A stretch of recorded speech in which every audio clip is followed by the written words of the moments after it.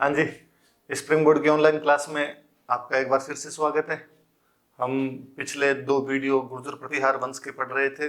उम्मीद है आपने पढ़े होंगे उन वीडियो को। उससे पहले एकीकरण पढ़ा था हमने। हम जब राजस्थान की हिस्ट्री को देखते हैं तो राजस्थान की हिस्ट्री को बेसिकली हम 3 भागों में बांट सकते हैं। किसी भी हिस्ट्री को बांट लो आप, एंशियंट, मिडिवल और मॉडर्न।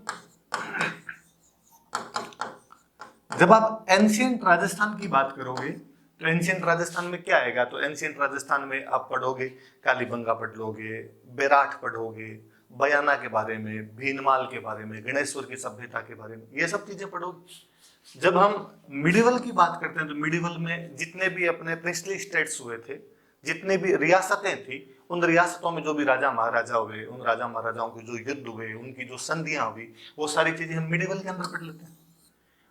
और अंग्रेजों के साथ में जो कुछ भी रिलेशन रहे थे वो वाले जो मैटर है वो हम मॉडर्न में पढ़ लेते हैं। ज्यादातर पिछले कई सालों से देखा गया कि ज्यादातर जो क्वेश्चन होते हैं वो इस मॉडर्न वाले से ज्यादा आते हैं। हालांकि मिडिवल से भी खूब सारे क्वेश्चन आते हैं, पर मिडिवल वाले क्वेश्चन 2 भागों में बढ़ जाते हैं। मिडिवल को आप दोनों चीजों में देख सकते हो, आप इसको हिस्ट्री में भी देख सकते हो और आप इसको आर्ट एंड कल्चर में भी देख सकते हो।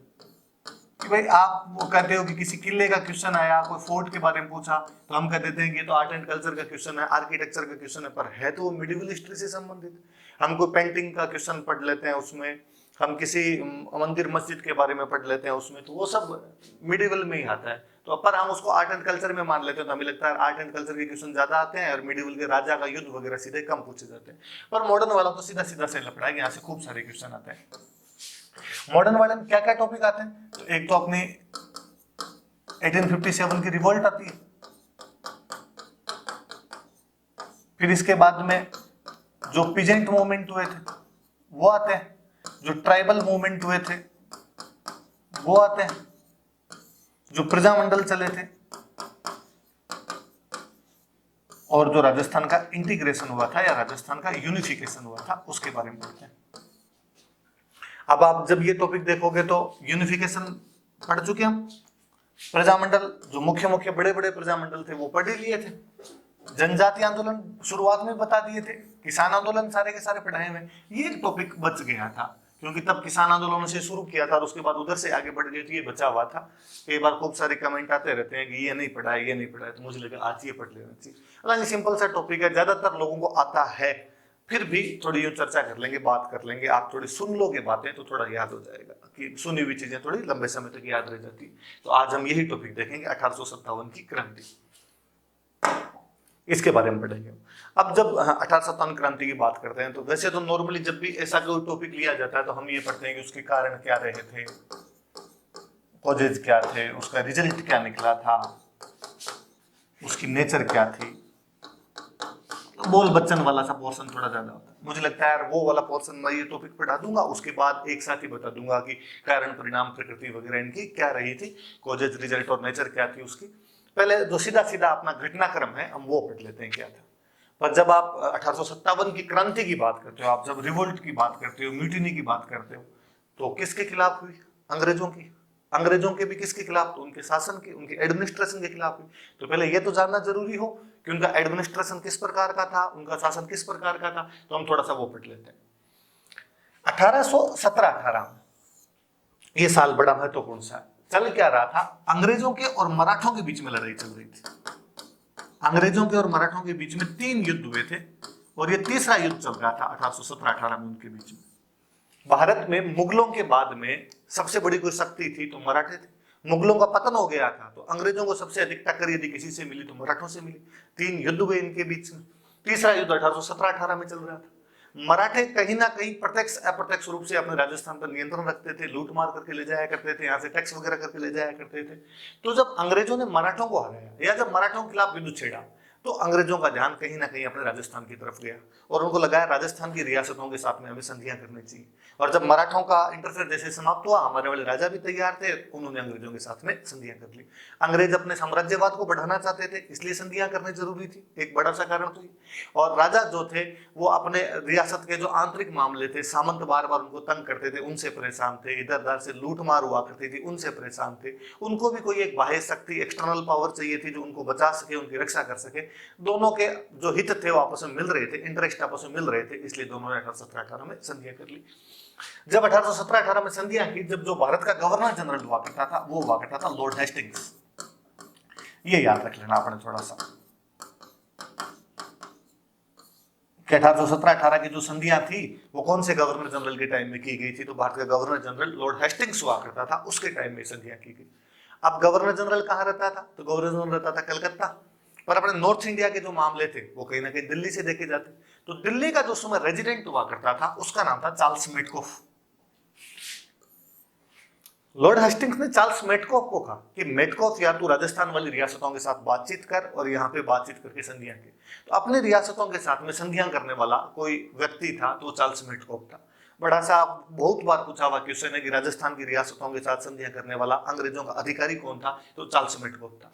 अपने 3 नीचे वाली रियासतें डूंगरपुर, बांसवाड़ा और प्रतापगढ़, वो चूंकि मध्य प्रदेश से मिलती हुई थी, मध्य प्रदेश का इलाका मालवा का रेजिडेंट हुआ करता था जॉन मेलकम।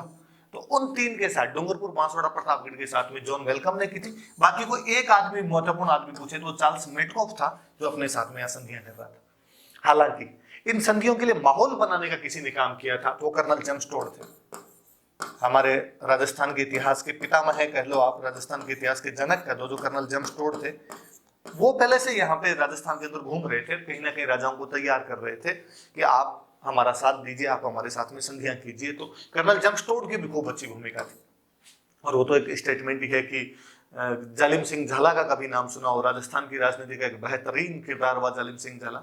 कोटा के दीवान हुआ करते थे, अपने अंतिम समय में लगभग आंखों से दिखाई देना बंद हो गया था। और कर्नल टोड जब झाला से जाकर मिलता है, जालिम सिंह से जाकर बातचीत करता है और कहता है कि जो पिंडारियों के खिलाफ हम लड़ने जा रहे हैं आप हमारा साथ दीजिए, मराठों के खिलाफ जो लड़ने जा रहे हैं आप हमारा साथ दीजिए।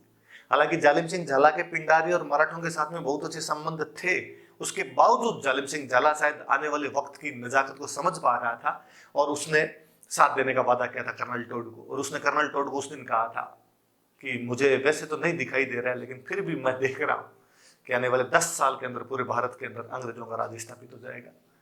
10 साल में तो हुआ या नहीं हुआ था, लेकिन धीरे धीरे करके 57 की क्रांति के बाद तो पूरी तरीके से जो क्वीन विक्टोरिया का शासन स्थापित हो गया था और जो जालिम सिंह झाला की जो भविष्यवाणी थी वो सत्य साबित हुई थी। तो कभी कोई पूछ ले कि किसने कर्नल टोड को कहा था कि 10 वर्ष बाद अंग्रेजों का शासन पूरे भारत के अंदर स्थापित होता हुआ मैं देख रहा हूँ, तो जालिम सिंह झाला का नाम याद रखना। किसको कहा था? कर्नल जेम्स टोड को कहा था। तो जेम्स टोड का नाम याद रखना, उसने भी ये महत्वपूर्ण भूमिका निभाई थी। सबके साथ संधियां कर ली। आप जानते ही हो, मैंने किसी पहले भी एक में बताया था कि पहले करौली के साथ में संधि करनी है।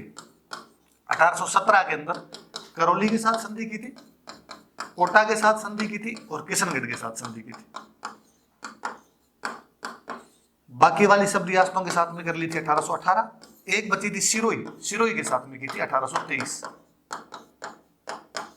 सिरोही वाला मैटर यूं हुआ कि जो मारवाड़ के राजा हुआ करते थे मानसिंह, उन्होंने अंग्रेजों को कहा कि सिरोही तो हमारे अधीन आता है, सिरोही अलग से है ही नहीं, तो इसलिए सिरोही के साथ संधि करने की जरूरत नहीं है, आपने मेरे साथ संधि कर ली तो ये पूरे के साथ संधि हो गई। ये तो जब अंग्रेजों ने सब रियासतों के साथ संधि कर ली तो सिरोही वाले खुद ही अंग्रेजों के पास गए। तो सिरोही वालों ने अंग्रेजों से कहा कि यार आपने सबके साथ संधियां कर ली, हमारे पास आए नहीं आप, हमने कौन से मोरने के बाटे मारे। तो अंग्रेजों का तुम हो कौन? तो हम सिरोही, हमारा अलग से स्टेट है, अलग से एक झंडा है, ये सब कुछ देख लो आप। तब अंग्रेजों को पता चला, तब 1823 में जाके अंग्रेजों ने सिरोही वालों के साथ अलग से संधि की थी। याद रखना, कभी कोई पूछ ले कि सिरोही के साथ बाद में संधि क्यों की गई थी, क्योंकि पहले मारवाड़ का राजा सिरोही पर अपना अधिकार समझ रहा था। कालांतर में जब सिरोही वालों ने अपने डॉक्यूमेंट वगैरह से दिखा दिए थे, तब अंग्रेजों ने जाके 23 में संधि की थी। तो 17 में करौली, कोटा, किशनगढ़ कर लेते हैं, बाकी वाले 18 में कर लेते हैं और 23 के अंदर सिरोही संधि कर लेते हैं। अब जब इन सब ने संधि कर ली, सब राजाओं ने संधियां कर ली, अब इन प्रत्येक राज्य के अंदर, प्रत्येक रियासत के अंदर एक एक अधिकारी भेज दो। अंग्रेजों की तरफ से एक अधिकारी जाएगा जो वहां राजा से बातचीत करेगा, वहीं पे रहेगा। उन अधिकारियों को बोलते थे पॉलिटिकल एजेंट। पॉलिटिकल एजेंट कहते थे या उनको रेजिडेंट कहा करते थे। अलग अलग थोड़ा सा होता था। कई रियासतों में उनको रेजिडेंट बोलते थे, कई रियासतों में उनको पॉलिटिकल एजेंट बोलते थे। रेजिडेंट थोड़ा ज्यादा ऊपर का पद होता था, पॉलिटिकल एजेंट थोड़ा सा उससे नीचे का पद हुआ करता था। सबके अंदर पॉलिटिकल एजेंट या रेजिडेंट बिठा दिए गए। अब ये जितने भी पॉलिटिकल एजेंट और रेजिडेंट है, इनके ऊपर एक अधिकारी बनाया गया जिसका नाम था resident for Rajputana. Resident for Rajputana नाम का एक अधिकारी बनाया गया। ये कहां रहेगा भाई? तो कहा ये दिल्ली के अंदर रहेगा। कौन होंगे? तो ये जो पहले बंदे थे ये थे डेविड ऑक्टरलोनी। डेविड ऑक्टरलोनी को ये पद दिया गया था। डेविड ऑक्टरलोनी अपने अजमेर पे कब्जा यदि किसी अंग्रेज अफसर ने किया था तो डेविड ऑक्टरलोनी ने किया था। जब दौलत राव सिंधिया अंग्रेजों के सामने हार जाता है या सरेंडर कर देता है, उसके बाद अंग्रेजों की सेना जब अजमेर पर अधिकार करने के लिए आती है, तो अजमेर पर अधिकार करने वाला जो अंग्रेज अधिकारी था वो डेविड ऑक्टरलोनी था। तो डेविड ऑक्टरलोनी को अपने रेजिडेंट फॉर राजपूताना बना दिया गया था। भला आदमी था बेचारा, एकदम हिंदुस्तानी टाइप का बन गया था। 13 वाइफ थी, जिनमें से कई तो अपने इंडियन ही थी, जिनमें एक वाइफ का नाम था मुबारक बेगम। और मुबारक बेगम के बारे में कहा जाता है कि पहले वो नर्त की डांसर हुआ करती थी, बाद में डेविड ऑक्टरलोनी को पसंद आ गई तो उसने शादी कर ली थी उसके साथ में। मुबारक बेगम ने बाद में एक दिल्ली के अंदर मस्जिद का निर्माण करवाया था, मुबारक बेगम की मस्जिद ही कहा जाता है। हालांकि वो डांसर थी इसलिए कई बार उसको लोग वेश्या की मस्जिद बोलने लग गए थे। अभी पिछले जुलाई में जब दिल्ली में बहुत भयंकर बरसात आई थी, तब वो जो मस्जिद है मुबारक बेगम वाली मस्जिद, उसका एक गुंबद गिर गया था। तब अखबारों में न्यूज के अंदर आया था कि एक पुरानी मस्जिद है उसका गुंबद गिर गया। तो वो मस्जिद कौन सी? मुबारक बेगम की मस्जिद। मुबारक बेगम कौन थी? लोगों को पता चला कि अंग्रेज अधिकारी भी थे, डेविड ऑक्टरलोनी उनकी मिसेज हुआ करती थी, उनकी वाइफ हुआ करती थी, लेडी ऑक्टरलोनी कहा जाता था। तो डेविड ऑक्टरलोनी का नाम थोड़ा याद रख लेना। पहले रेजिडेंट फॉर राजपूताना बनाए गए थे। इसके बाद में कई दिन तक वो पद रहा वहां पर। उसके बाद कहा कि यार दिल्ली बैठ के राजस्थान का शासन नहीं चलाया जा सकता, तो एक काम करो, राजस्थान के अंदर ही एक जगह पे आदमी को बिठाया जाए, और अब से इसको रेजिडेंट मत बोलो यार, इतने सारे पॉलिटिकल एजेंट के ऊपर ये काम करता है, तो इसका नाम कर दो agent to governor general, AGG. AGG बना दिया गया, एजेंट टू गवर्नर जनरल बना दिया गया 1832 के अंदर। 1832 में ये व्यवस्था की गई। कहां पर बनाया जाएगा? तो अजमेर। अजमेर के अंदर व्यवस्था कर दी गई। अजमेर में, अजमेर एकदम बीच में पड़ता है, अंग्रेजों का कब्जा हुआ करता था, राजा बनता नहीं था, तो अजमेर के अंदर एजीजी जाके बैठ जाएगा। और पहले एजीजी कौन होंगे? तो अब्राहम लोकेट। अब्राहम लोकेट जो थे उनको कहा साहब आप जाके वहां पे एजीजी बन जाओ। ये जो आगरा वाला इलाका हुआ करता था, इसको अपने बोलते थे नॉर्थ वेस्ट प्रोविंस, इसके अधीन कर दिया था आपने, राजस्थान को इसके अधीन कर दिया था। राजपूताना एजेंसी बोलते थे दिल्ली के अंदर जब अपना पड़ता था, फिर इसको एजेंट टू गवर्नर जनरल बोलने लग गए, अपने यहाँ पर अजमेर में लेके आ गए थे। और इसके जो नॉर्थ वेस्ट प्रांत था, उत्तर पश्चिमी प्रांत था, जिसका मुख्यालय आगरा के अंदर पड़ा करता था, इसके अधीन अपने कर दिया गया। लेफ्टिनेंट गवर्नर बैठता था यहाँ पर एक, और कहा कि भाई आप यहाँ वाला मामला देख लिया करो, अपने एजेंट टू गवर्नर जनरल बना दिया गया मिस्टर लोकेट को। 57 में, सॉरी 32 के अंदर ये बनाया गया यहाँ पे। अब अजमेर में रहने लगे एजीजी, पर अजमेर में एजीजी गर्मी लगी, अंग्रेज वापड़े दौड़े आदमी, यहाँ पे चामड़ी बढ़ गई सबकी। तो उसने कहा कि यार कोई ठंडी जगह हो तो वहां हम जाए। तो सिरोही के राजा से इन्होंने 45 में आबू लिया था, तो वहां बाद में अपनी राजधानी को आबू ले गए। आबू के अंदर एजीजी रहना शुरू हो गया। अब कहा कि ठीक है अजमेर भी आता रहेगा और आबू भी जाता रहेगा, लेकिन अब वो अजमेर कम रहता, आबू ज्यादा रहता। फिर 1864 के अंदर कहा गया कि भाई ऐसे पार नहीं पड़ेगा, 6 महीने वाला करो। तो कहा कि समर कैपिटल, ग्रीष्मकालीन राजधानी तो अपने कर लो आबू के अंदर, और जो शीतकालीन राजधानी हो वो अपने कर लो अजमेर के अंदर। तो कुछ दिन उधर रह जाएगा, कुछ दिन इधर रह जाएगा। आज दिन तक अपने राजस्थान के अंदर वो प्रोविजन है। आज भी हमारे जो राज्यपाल महोदय होते हैं वो आबू चले जाते हैं, गर्मी के दिनों में आबू चले जाते हैं, बाकी ज्यादातर समय अब अजमेर राजधानी नहीं, अब अपनी राजधानी जयपुर है, तो अब वो जयपुर के अंदर रहने लगे। फिर अपने याद रखने वाली बात, अपने 57 की क्रांति पढ़ रहे हैं, इतनी देर वाला तो बोल बच्चन था। 57 की क्रांति में अपना एजीजी कौन था? तो 57 की क्रांति में अपने एजीजी थे जॉर्ज पैट्रिक लॉरेंस, इनका नाम याद रखना। जॉर्ज पैट्रिक लॉरेंस 57 की क्रांति के अपने एजीजी थे। कभी आपने इंडियन हिस्ट्री पढ़ी होगी तो 2 लॉरेंस बंधुओं के नाम और पढ़े होंगे। जॉन लॉरेंस जो भारत के गवर्नर जनरल बने थे, हेनरी लॉरेंस जो 57 की क्रांति में लड़ते हुए अवध के अंदर शहीद हो गए थे, ये उनके भाई है। जॉर्ज पैट्रिक लॉरेंस में उनके भाई, तो 3 भाइयों का कार्यकाल सही रहा है यहाँ पे अपने।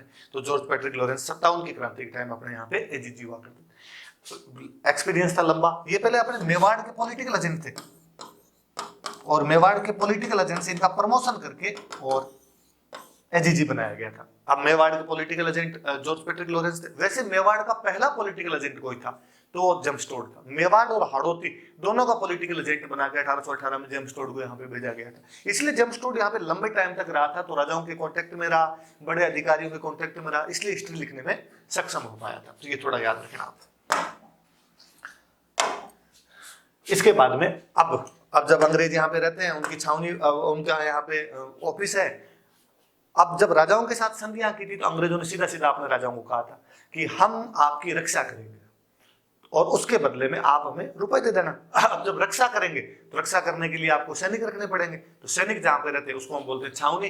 तो अंग्रेजों की राजस्थान में 6 छावनियां हुआ करती थी, 6 कैंटोनमेंट हुआ करती थी उनकी। यहाँ कहाँ कहाँ पे थी, ज्यादातर का आपको नाम पता होगा। नसीराबाद की छावनी है, नीमच, देवली, एरिनपुरा, ब्यावर और खेरवाड़ा। एक नीमच आजकल मध्य प्रदेश में आता है, पर उस समय अपने राजपूताना एजेंसी के अधीन हुआ करता था। मेवाड़ के लिए जो छावनी बनाई गई थी वो नीमच छावनी हुआ करती थी। नसीराबाद, ऑक्टरलोनी जब अजमेर पर कब्जा करता है तो ऑक्टरलोनी नसीराबाद की छावनी की स्थापना करके जाता है। कहते हैं कि ऑक्टरलोनी को 1804 में मुगल बादशाह ने नसीर की उपाधि दी थी, उसे नसीर भी कहा जाता है। नसीर का मतलब होता है रक्षक, तो ऑक्टरलोनी ने अपने नसीर उपाधि के नाम पर इस जगह का नाम रख दिया था नसीराबाद। तो ऑक्टरलोनी इस नसीराबाद छावनी की स्थापना करके गया था। देवली टोंक में पड़ती है, नसीराबाद अजमेर में होगी। एरिनपुरा वाली छावनी का, एरिनपुरा वाली छावनी वाला जो क्षेत्र था पाली में आता है एरिया, सिरोही के राजा से खरीदा गया था। सिरोही के राजा थे शिव सिंह, उनसे एरिया खरीदा गया था। हुआ क्या था कि 1835 में जोधपुर लीजियन बनाई गई थी। कहा गया कि भाई जोधपुर के सैनिक अच्छे नहीं है, इसलिए हम जोधपुर लीजियन बनाएंगे। अंग्रेजों ने सेना बनाई जोधपुर लीजियन, और इसका जो मुख्यालय था, हेडक्वार्टर था, वो एरिनपुरा था। तो जब ये छावनी यहाँ पर बना रहे थे तब यहाँ पर एक ऑफिसर हुआ करते थे, मेजर डाउनिंग। मेजर डाउनिंग का जो जन्म स्थान था, उस जन्म स्थान का नाम था एरन। तो मेजर डाउनिंग ने अपने जन्म स्थान के नाम पर उस जगह का नाम रख दिया एरन। अपने वालों ने थोड़ा एरन के आगे जोड़ दिया पूरा, तो नाम पड़ गया एरनपुरा। तो एरनपुरा करते करते धीरे धीरे हम उसको एरनपुरा बोलने लगे। तो ये थोड़ा याद रख लेना कि नामकरण कैसे हो गया नसीराबाद का इसका। ब्यावर के नामकरण के पीछे तो अपने और बड़ी जोरदार स्टोरी बताई जाती। मेजर डिक्सन ने यह शहर बसाया था, परकोटे का शहर बसाया था, और डिक्सन को ब्यावर से बड़ा प्यार था। डिक्सन 1842 से लेकर 1857 की क्रांति तक यहीं पे रहे थे। अब वो नहीं जाते थे गर्मियों में भी यहीं रहा करते थे। यहीं पर एक इंडियन महिला से शादी कर ली थी। वो महिला भी बाद में यहाँ पे ब्यावर में रही थी। 1870 के आसपास में उस महिला का निधन हुआ था। डिक्सन की यहाँ पे समाधि बनाई गई थी ब्यावर में। जो आसपास के जो लोग हैं वो उनकी पूजा करते हैं। पितरजी भूमियों महाराज टाइप पे डिक्सन बन गए थे। और डिक्सन ने यहाँ पे ब्यावर छावनी की स्थापना की थी। ब्यावर वाला नगर बसा था, परकोटे का नगर है। रेम्पार्ट बनाया गया था, चारों तरफ फोर्टिफाइड किया गया था उसको। और भारत में परकोटे वाला अंतिम नगर कोई है तो ब्यावर है, ब्यावरी बनाया गया था। तो कहते हैं कि यहाँ पे छावनी बनाने का उद्देश्य ये था कि ये जोधपुर और अजमेर जब आते तो रास्ते के अंदर जगह आती थी और लूटपाट ज्यादा हुआ करती थी, इसलिए उस लूटपाट से बचाने के लिए सैनिक रखना जरूरी थे, इसलिए सैनिकों के लिए छावनी बनाई गई। तो कहते हैं कि यहाँ पे सैनिकों के लिए छावनी बनाई गई, तो यहाँ पे बोर्ड ही लग गया था, बी अवेयर, सावधान रहे। और अपने वालों ने वो बी अवेयर उस बोर्ड को पढ़ते पढ़ते ब्यावर नाम कर लिया, तो बी अवेयर से ब्यावर पड़ गया। तो डिक्सन का नाम कुल मिला के याद रखना। उदयपुर के अंदर एक खेरवाड़ा, ये मेवाड़ भील कोर एक सेना बनाई गई थी। भीलों पर नियंत्रण रखने के लिए एक सेना थी, अभी भी है। 1841 में ये सेना बनाई गई थी मेवाड़ भील कोर। इसका जो मुख्यालय था वो अपने खेरवाड़ा के अंदर बना दिया गया था। खेरवाड़ा में इसका मुख्यालय था। आपके खेरवाड़ा पड़ गया उदयपुर के अंदर। 6 सैनिक छावनियां थी। हम ये पढ़ते हैं कि 57 की क्रांति सैनिकों ने की थी, क्योंकि वो चर्बी वाले कारतूसों से परेशान थे। क्योंकि पहले एक बंदूक चलती थी ब्राउन बेस, फिर ब्राउन बेस बंदूक हटा दी, नई बंदूक लेके आ गए थे एनफील्ड। और उस एनफील्ड राइफल के बारे में ऐसा कहा जाता था कि इसमें चर्बी वाले कारतूसों का प्रयोग किया जाता है, ग्रेड्स कार्ट्रिजेज यूज में लिए जाते हैं। और इसकी वजह से सैनिकों ने विद्रोह कर दिया, क्योंकि उनको ऐसा कहा गया या उन्होंने ऐसी अफवाहें सुनी कि इन कारतूसों में गाय और सूअर की चर्बी लगी हुई है। गाय हिंदुओं के लिए पवित्र होती है, सूअर मुसलमानों के लिए अपवित्र होता है, हराम होता है। और उनको लगा कि अंग्रेज हमारा धर्म भ्रष्ट करना चाहते हैं, ताकि जब इनका धर्म भ्रष्ट हो जाए तो ये सब ईसाई बन जाए, अपने ईसाई धर्म का प्रचार प्रसार करना चाहते हैं। इसलिए सैनिकों ने बड़े पैमाने पर क्रांतियां की थी। पर वो 2 छावनियां जहां पर क्रांति नहीं हुई थी, तो नीचे वाले दोनों याद रखना। ब्यावर और खेरवाड़ा सैनिक छावनियां ऐसी थी जहां पर क्रांति नहीं हुई। तो सिंपल सा क्वेश्चन पूछ ले कि कौन सी सैनिक छावनियों में राजस्थान में क्रांति नहीं हुई, तो ब्यावर में नहीं हुई थी और खेरवाड़ा में नहीं हुई थी। चलिए आगे बढ़ते हैं।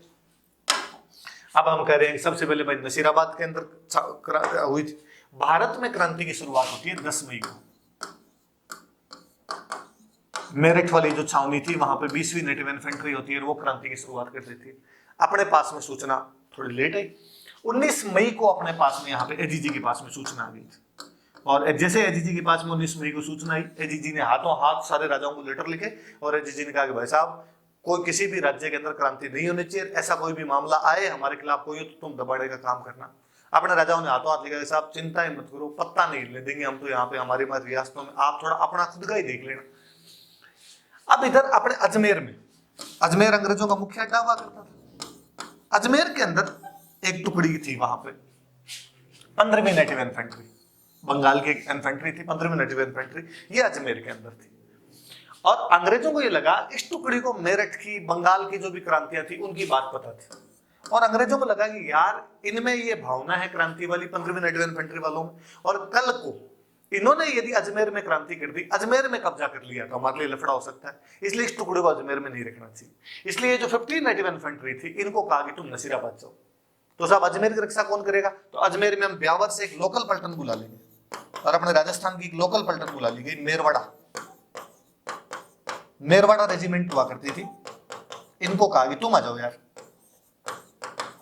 हमारी रक्षा करने के लिए यहाँ पे, और इन 15 वालों को कहा कि तुम वहां चले। 15 वालों को सर क्यों चले जाए, अभी थोड़े दिन पहले तो आए थे, वापस क्यों भेज रहे हो? नहीं नहीं, तुम्हें अब नसीराबाद रहना है, तुम अजमेर में नहीं रहोगे यहाँ पे। ये नसीराबाद में आते, यहाँ पे नसीराबाद आने के बाद में भी अंग्रेजों को डर लगे कि यार ये यहाँ पे लफड़ा कर सकते हैं। नसीराबाद में ऑलरेडी एक बटालियन और थी वहां पे, 30वीं नेटिव इन्फेंट्री वहां पर थी, एक बॉम्बे लाइसेंस,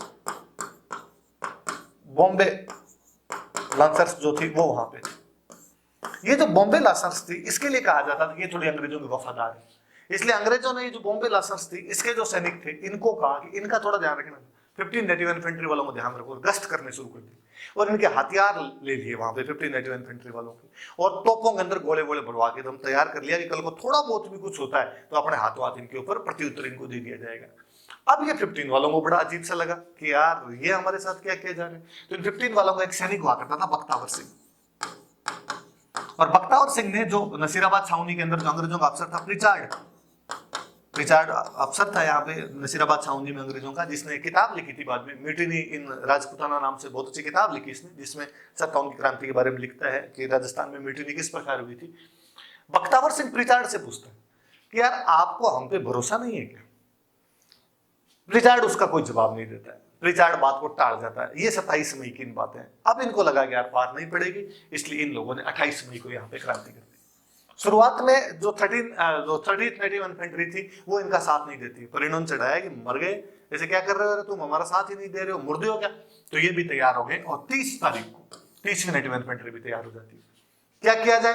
तो कहा जो अंग्रेज अधिकारी इनको मार दिया जाए, और यहाँ से जो हथियार माल मत्ते जो मिले इनको लूटा जाए, और लूट के यहाँ से निकला जाए। अंग्रेज अधिकारी मारे गए साहब। एक कर्नल न्यूबरी हुआ करते थे, उनको मार दिया गया, उनके तो टोटे टोटे किए गए थे ढंग से एकदम। एक कैप्टन स्कॉटिशवुड हुआ करता था, उसको मार दिया गया। 2 घायल हुए थे यहाँ पे, कैप्टन हार्डी और लेफ्टिनेंट लोक इसमें घायल हो गए थे। कुछ अधिकारी यहाँ से भागे थे, भाग के ब्यावर की तरफ जा रहे थे। जो ब्यावर की तरफ जा रहे थे तो कर्नल पेनी हुआ करते थे, उनको हार्ट अटैक आ गया था, उनकी भी मृत्यु हो गई थी यहाँ पे। अंग्रेजों को जब पता चला कि यार ये चीजें हो गई, तो उन्होंने डिसा, गुजरात में जो जगह पड़ती है डिसा, वहां पे मैसेज करवाया कि फटाफट वहां से यूरोपियन बटालियन भेजो ताकि नसीराबाद पे नियंत्रण किया जा सके। पर वो दिशा वाली बटालियन आती, उससे पहले तो इन्होंने ये हंगामा कर दिया था। हंगामा करके यहाँ से सारे के सारे दिल्ली की तरफ चले गए थे, लिखा हुआ दिल्ली चले गए थे। अब सवाल ये उठता है कि ये नसीराबाद से दिल्ली क्यों गए? दो सवाल है। एक सवाल तो ये कि क्रांति नसीराबाद से शुरू क्यों है? क्या कारण था क्रांति नसीराबाद से शुरू? दूसरा कारण ये कि ये लोग दिल्ली क्यों गए? इनको अजमेर जाना चाहिए था, अजमेर उस समय मुख्य अड्डा था, और यदि अजमेर जाते तो शायद अंग्रेजों का पत्ता उसी समय साफ कर सकते थे। इनको दिल्ली नहीं जाना था। तो दोनों चीजों के हम जब जवाब ढूंढते हैं कि इन्होंने नसीराबाद में क्रांति क्यों की।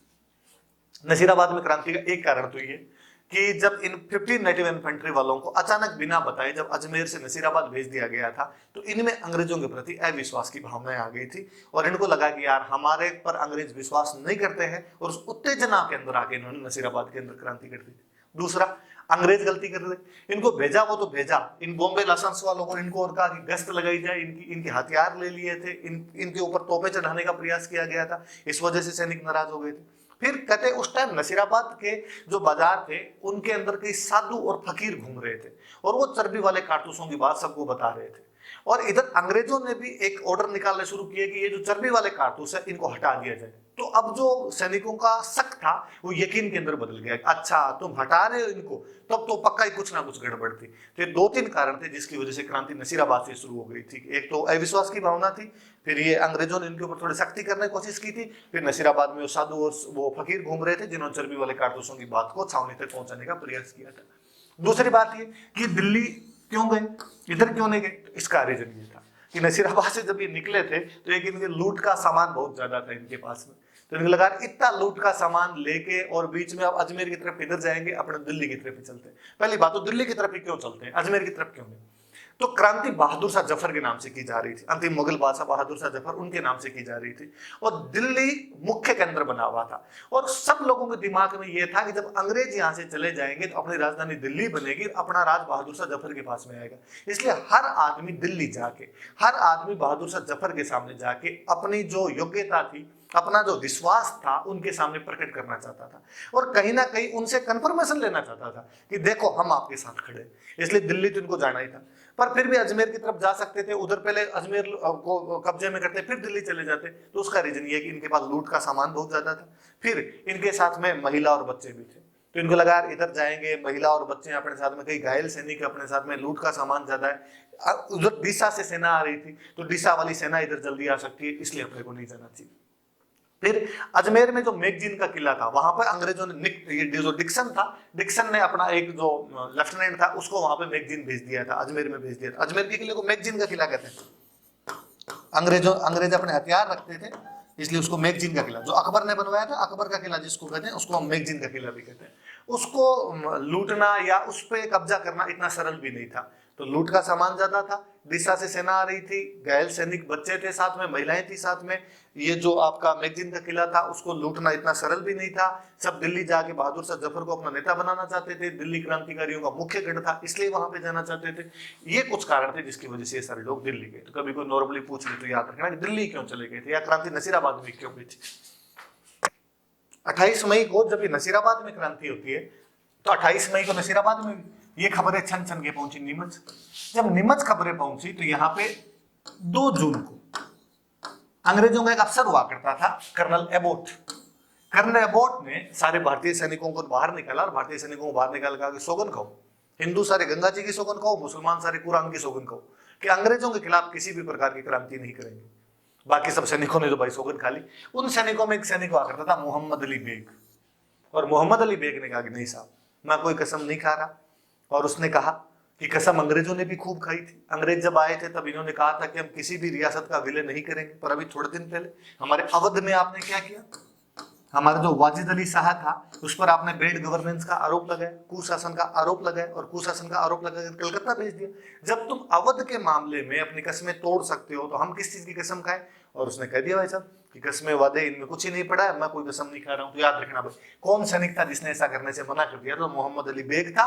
किसके सामने कर दिया था, तो कर्नल एबोट के सामने ऐसा कर दिया था। उस दिन तो कर्नल एबोट ने मोहम्मद अली बेग को साइड में लेके गया, जैसे तैसे करके बुला चपड़ा के उसको राजी कर लिया कि भाई अब तेरे को क्रांति नहीं करनी चाहिए हमारे सामने, ऐसी बातें नहीं करते आपने।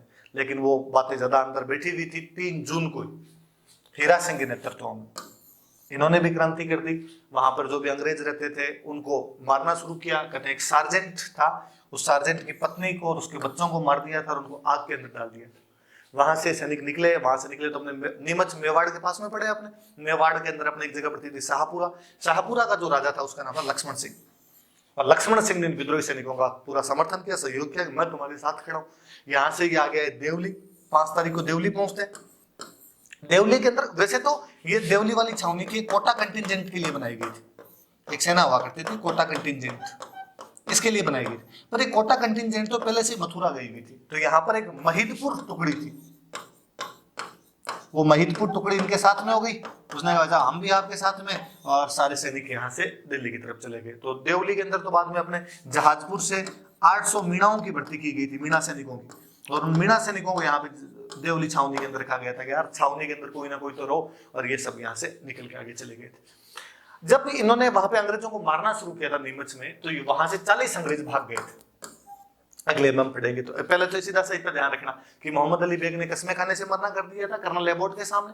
3 जून को हीरा सिंह क्रांति करता है, शाहपुरा का राजा लक्ष्मण सिंह इनकी सहायता करता है, देवली वाली जो महिदपुर टुकड़ी है वो इनका साथ देती है और यहाँ से दिल्ली की तरफ चले जाते हैं। और इधर जो जहाजपुर के अब 800 मीणा सैनिकों की भर्ती करके उनको बाद में देवली के अंदर रखा गया था। आगे लिखा हुआ इसमें, नीमच से वहां से 40 अंग्रेज भागते हैं और 40 अंग्रेज भाग के एक डूंगला नाम के गांव में शरण लेते हैं। अपने चित्तौड़ में गांव पड़ता है डूंगला, वहां पे शरण लेते हैं। रुगाराम जी नाम के किसान थे, उनके घर पे इन्होंने शरण ली थी। हालांकि कुछ एक अंग्रेज पास में गांव था केसुंदा, वहां केसुंदा के अंदर भी गए थे। डॉक्टर थे उनमें, तो एक डॉक्टर मरे या डॉक्टर मूरे और डॉक्टर केन, और वहां पर राम सिंह पटेल नाम के कोई बंदे थे, उनके पास में राम सिंह पटेल, केसर सिंह पटेल, 2-3 बंदे थे, उनके पास में भी रुके थे लोग। और ज्यादातर बड़े लोग ये यहीं पे रुके थे, डूंगला के अंदर 40 आदमी आगे रुके थे।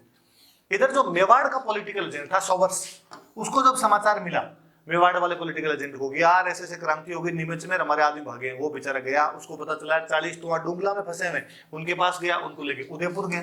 उदयपुर में राणा जी हुआ करते थे, स्वरूप सिंह, और उसने राणा जी को जाकर, राणा जी आ रही है, हमारे 40 आदमी, इनका ध्यान रखो यार, मैं क्रांति दबा क्यों। राणा जी ने उनका पूरा ध्यान रखा। अपने पिछोला झील के अंदर एक महल बने हुए जग मंदिर, इन जग मंदिर महलों के अंदर रखा था। कहते हैं कि जब शाहजहां अपने पिता के खिलाफ विद्रोह करके आया था तब भी वो जग मंदिर के अंदर रुका था। जग मंदिर इतना सुंदर बना हुआ अपना कि शाहजहां को बहुत वो जगह पसंद आई थी। और कालांतर में जब शाहजहां आपके जब खुद बादशाह बनता है, जब उसने ताजमहल बनाया था, तो ताजमहल का नक्शा कहीं ना कहीं अपने जग मंदिर से प्रेरित है। तो इस जग मंदिर में कभी शाहजहां रुक के गया था, जग मंदिर में बाद में राणा जी ने इन 40 अंग्रेजों को रखा, पूरा ध्यान रखा था। बाकायदा टाबरों को टॉफी वॉफी खिला के आए थे, अंग्रेजों को पूरी खातिरदारी की थी। तो स्वरूप सिंह नाम याद रखना। और स्वरूप सिंह तो वैसे ही अंग्रेजों के पक्ष में इतना जोरदार आदमी था कि स्वरूप सिंह ने सिक्के चलाए थे, तो उन सिक्कों के ऊपर लिखा था दोस्ती लंदन। साहब छोटा मोटा मत समझ लेना, अपनी फ्रेंडशिप लंदन वालों के साथ है, डायरेक्ट उनके साथ हमने दोस्ती कर रखी। तो कोई पूछे कि राजस्थान की कौन सी रियासत के सिक्कों पर दोस्ती लंदन लिखा जाता था, तो मेवाड़। वो सिक्के किसने चलाए थे, तो स्वरूप सिंह, स्वरूप सिंह ने चलाए। जिन सिक्कों का नाम है स्वरूप शाही। तो आप देख लो भाई, ये आदमी दोस्ती नहीं निभाएगा तो बाद में कौन दोस्ती निभाएगा। तो ये दोनों तरफ की विद्रोही किधर गए थे और अंग्रेज भाग के किधर आए थे, दोनों बातें याद रखना। 3 छावनी में क्रांति हो गई, 6 छावनियां थी। नसीराबाद में क्रांति हो गई, नीमच में क्रांति हो गई, देवली वाले उनके साथ जुड़ गए, देवली में हो गई, ब्यावर खेरवाड़ा में होनी नहीं है क्रांति। फिर एक बचा आपने एरंडपुरा।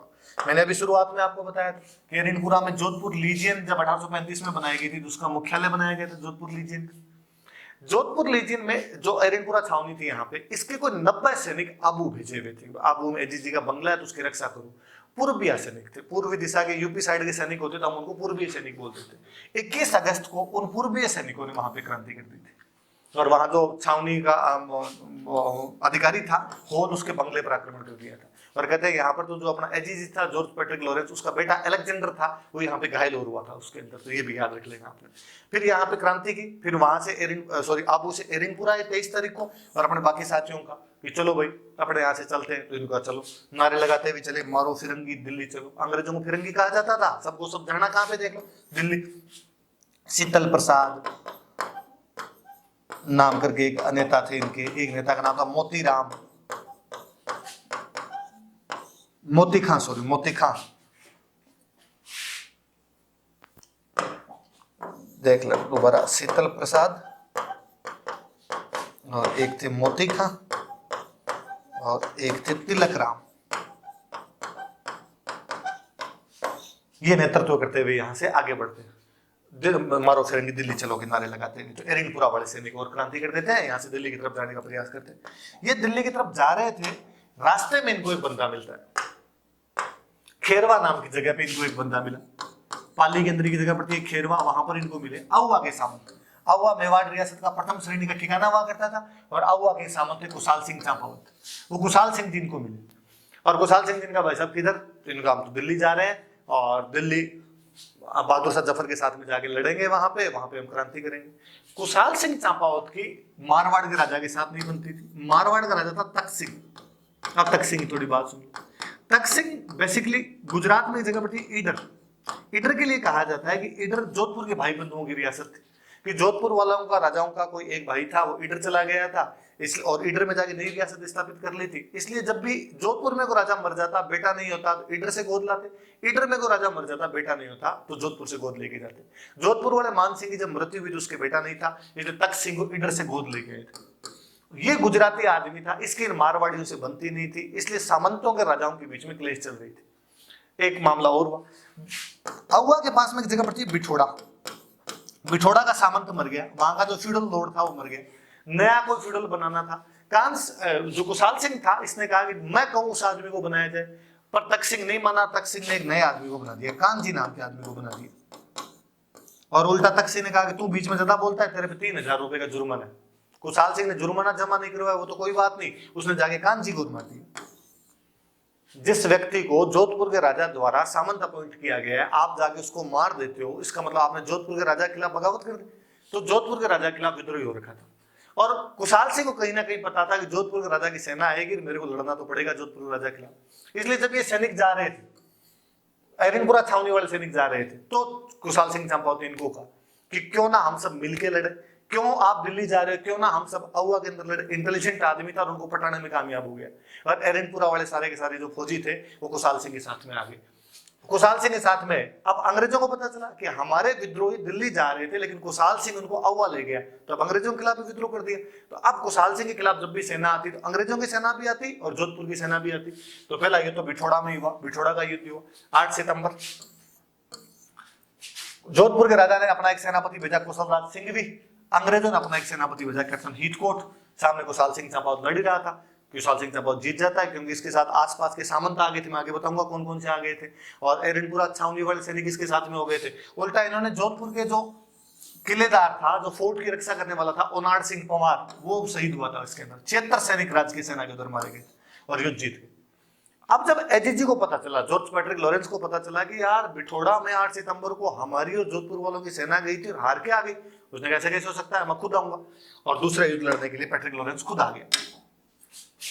और इस बार युद्ध हुआ चेलावास, पाली में एक जगह पड़ती है चेलावास नाम की, वहां पर इस बार युद्ध हुआ चेलावास में। 10 दिन बाद पहले वाले के, पहले वाला 8 सितंबर है, दूसरे वाला 18 सितंबर को युद्ध हुआ।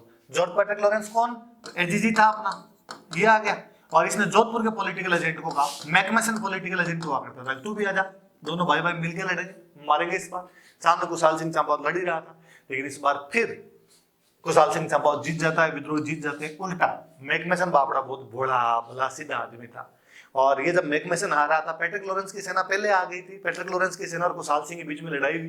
पैट्रिक लॉरेंस हार जाता है, थोड़ा पीछे जाके बैठ जाता है, उसको लगा मैकमेसन आएगा तो मिलके लड़ेंगे। मैकमेसन आया, पर मैकमेसन को ये नहीं पता चला कि हमारे वाली सेना इधर वाली है इधर वाली है, क्योंकि कुशाल सिंह के साथ भी जितने सैनिक थे सबने ड्रेस तो वही पहन रखी थी अंग्रेजों वाली, एरनपुरा वाले फौजी थे, वो बेचारा गलती से उनकी तरफ चला गया।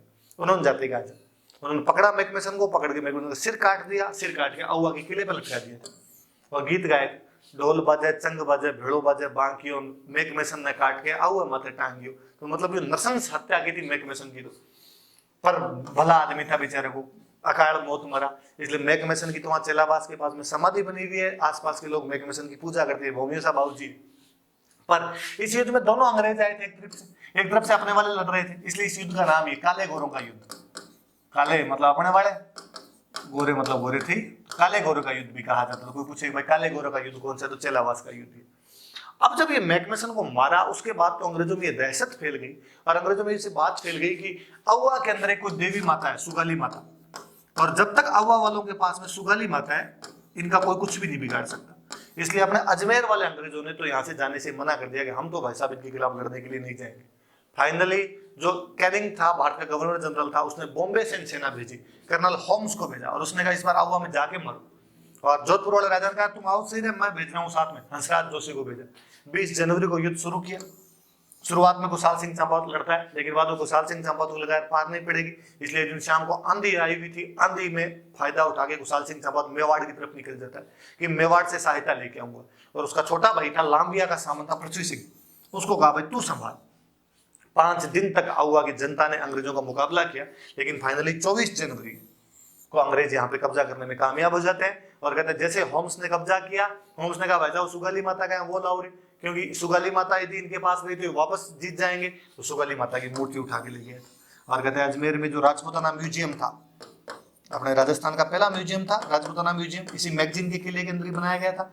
इसके अंदर ले जाके इन्होंने ये मूर्ति रख दी थी। कहते हैं वो जो मूर्ति थी सुकाली माता की, वो काले संगमरमर की बनी हुई मूर्ति थी, जिसके 10 सिर थे और 54 हाथ थे। वो आहुआ वालों की इष्ट देवी हुआ करती थी, तो वो जो माता जी की मूर्ति थी वो उठा के ले गए थे यहाँ से अंग्रेज। उधर कुशाल सिंह चंपावत को जब पता चला कि भाई अपना तो पतन हो गया, तो कुशाल सिंह चंपावत मेवाड़ गया। सलूम्बर के सामंत थे केसरी सिंह चुंदावत, इनकी अपने मेवाड़ वाले महाराणा स्वरूप सिंह के साथ नहीं बनती थी, तो इन्होंने कहा तुम मेरे पास आजा, मैं रख लूंगा। एक आपके कोठारिया के सामंत थे जोध सिंह, इनके पास में जाके शरण ले ली थी।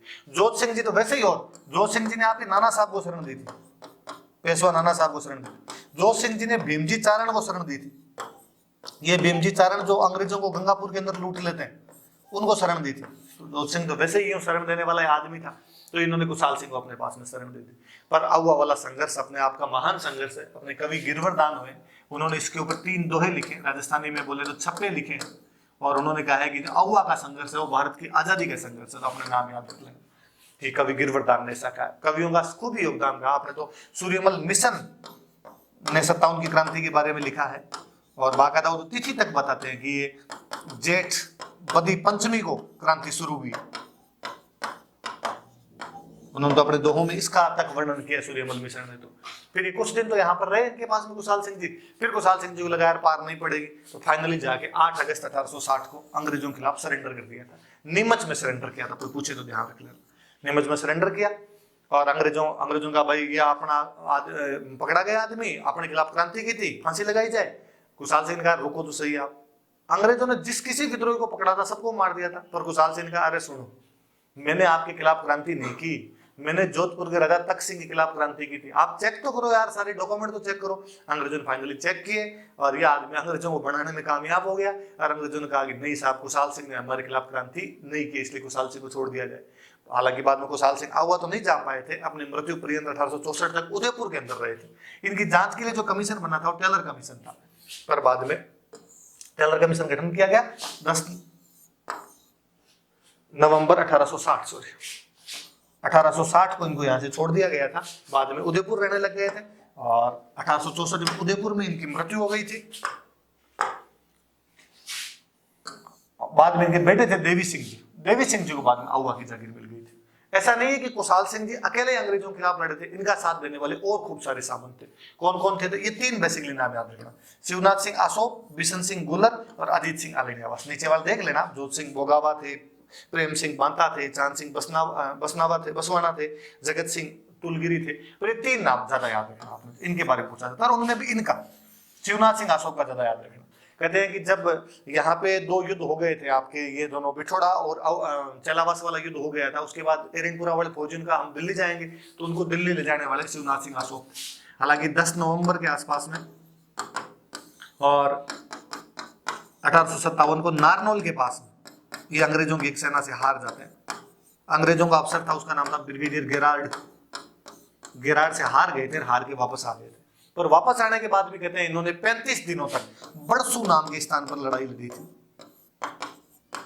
फिर फाइनली इन्होंने सरेंडर कर दिया था, इनकी जागीर वगैरह जब्त कर ली गई थी।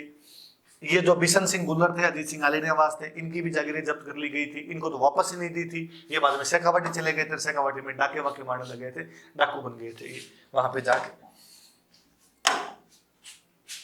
ये आपके इता तक हो गया। तो ये हमने 4 छावनियों में जो क्रांति हुई थी उन क्रांति के बारे में पढ़ा। इसके बाद आगे हम पढ़ेंगे कि राजस्थान के अन्य इलाकों में कैसे कैसे क्रांति हुई थी, जैसे कोटा में, जयपुर में, भरतपुर में, अलवर में। वो अगले वीडियो के अंदर हम और पढ़ लें। धन्यवाद।